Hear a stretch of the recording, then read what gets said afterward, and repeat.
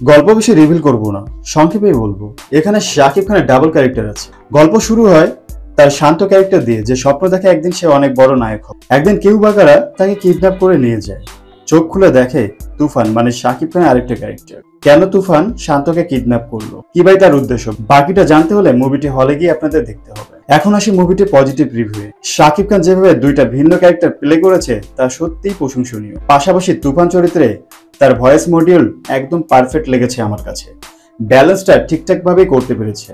শাকিব খানের সাথে নাবিলা আর মিমি দুজনকে বেশ মানিয়েছে, বিশেষ করে নাবিলার সাথে। যদিও নাবিলার পার্ট জাস্ট ফার্স্ট হাফেই শেষ হয়। প্রতিটি সিনেই মানানসই বিজিএম ব্যবহার করা হয়েছে, যার কারণে মুভিটি ইংরেজিং লাগবে আপনাদের কাছে। সিনেমা অটোগ্রাফি বরাবরই রাফির সিনেমায় একটা হাইলাইট পয়েন্ট থাকে, যা এখানেও ছিল। সবগুলো গান খুব ভালো ছিল। আমার কাছে স্পেশালি রেহান রসুলের গাওয়া কবে আসবে আমার দিন এই গানটি ব্যাপক লেগেছে। তাছাড়া লাগে উড়াধুরা গানটিও ভালো ছিল। ভালো কিছু অ্যাকশন সিকোয়েন্স আছে এই মুভিতে। মেশিন গানের সিকোয়েন্সটা পারফেক্টলি পুল আপ করতে পেরেছে। বড় পর্দায় দেখার মতো একটা সিন ছিল। পাশাপাশি হাসপাতালে একটা ওয়ান টেক শট আছে, যা বাংলা সিনেমার ক্ষেত্রে আগে কখনো হয়নি। চঞ্চল চৌধুরী যখন আসে সিনেমার ভাই পুরাই চেঞ্জ হয়ে যায়। তার ক্যারেক্টার আকরাম ঠান্ডা মাথার, আবার হালকা পাতলা সেন্স অফ হিউমার আছে। ফলে তার কিছু ডায়লগ মাঝে মাঝে হেসেও ফেলবেন। আর অবশেষে এন্ড ক্রেডিট সিনটা পুরাই কাহিনীকে অন্য একটা মোড় দেয়। যদিও আমি অনেকটা গেস করতে পেরেছিলাম, বাট অনেকেই এটা দেখে পুরাই চমকে যাবেন। এরকম সিনেমা যা আমাদের এখানে একদমই হয় না, অবশেষে হলো।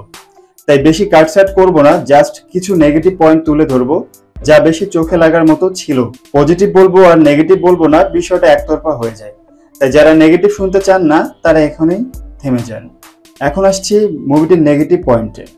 মুভির ফার্স্ট হাফের ডিউরেশন কম হলেও তা অনেকের কাছেই বোরিং লাগবে, যেখানে শান্ত ক্যারেক্টারকেই বেশি রিভিল করা হয়েছে। তুফানে এন্ট্রি হয় রিভিলের কিছু আগে, আর মেকার্সরা সময় নিয়েছে, তাই ইন্টারভিউয়ে লেখা ছিল তুফান সবে তো শুরু, প্রয়োজন গল্প অনুযায়ী সঠিক লোকেশন। এখানে ম্যাক্সিমাম লোকেশনই কলকাতার। যারা কলকাতার কমার্শিয়াল মুভিগুলো দেখেছেন তারাই ইজিলি বুঝতে পারবেন, কারণ এই লোকেশনগুলো কলকাতার মুভিতেই বেশি দেখা যায়। তাই আমার কাছে গল্পের প্রেক্ষাপটে 1990 দশকের ঢাকা তা বুঝতে সমস্যা হয়েছে। রাফি ততটা বিশ্বাসযোগ্যতা ভাবে 90 দশকের ঢাকাতে তুলে ধরতে পারেনি। আর টেইলারে দেখে যতটা অ্যাকশন আর ধারণা করেছিলাম সে পরিমাণ ছিল না। ওভারঅল এই তুফান মুভি বাংলা সিনেমা একটি নতুন দুয়ার সূচনা করেছে, যা অনেক প্রডিউসারকে সাহস যোগাতে এরকম মুভি বানাতে। আর আমিও মনে প্রাণে চাই তুফান ব্লকবাস্টার হোক, যাতে তুফান 2 এর জন্য আরো বেশি বাজেট পায় রাহেন রাফি। তাই সবাইকে বলবো এরকম মুভি মিস করবেন না, সাপোর্ট করুন বাংলা মুভিকে, মুভির সঙ্গেই থাকুন। আর এরকম মিডিয়া জগতে নিত্য নতুন আপডেট পেতে আমাদের চ্যানেলটি সাবস্ক্রাইব করে সঙ্গেই থাকবেন। ধন্যবাদ।